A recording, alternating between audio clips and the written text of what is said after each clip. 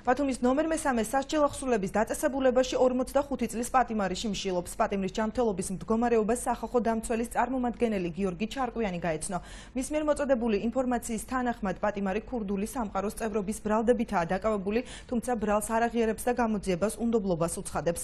პროტესტის უკიდურესი ფორმით კი იგი სამართლიან გამოძიებას და მედიაში ვიდეოს გავრცელებას ითხოვს, რომელიც მის წინააღმდეგ აღზრულ საქმეს თან ერთვის. გიორგი ჩარკვიანის ინფორმაციით, მოშიმშილე პატიმარი დარწმუნებულია, რომ აღნიშნული ვიდეო რგოლი მის უდანაშაულობას ამტკიცებს. აღნიშნულ საქმესთან დაკავშირებით სასამართლო პროცესი ბათუმის საქალაქო სასამართლოში 15 სექტემბერს 13 საათზეა ჩანიშნული.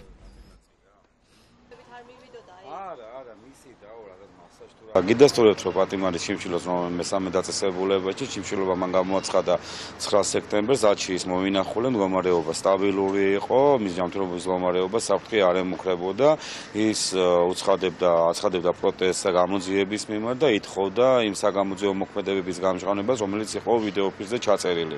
და იმ ფირის, ასე ვთქვათ, გაშუქებას და სასამართლოზე წარდგენას. პატიმარი ითხოვდა ასევე სასამართლო პროცესზე დასწრებას ჟურნალისტებისა და ჩემი სახელმწიფოს წარმომადგენლის.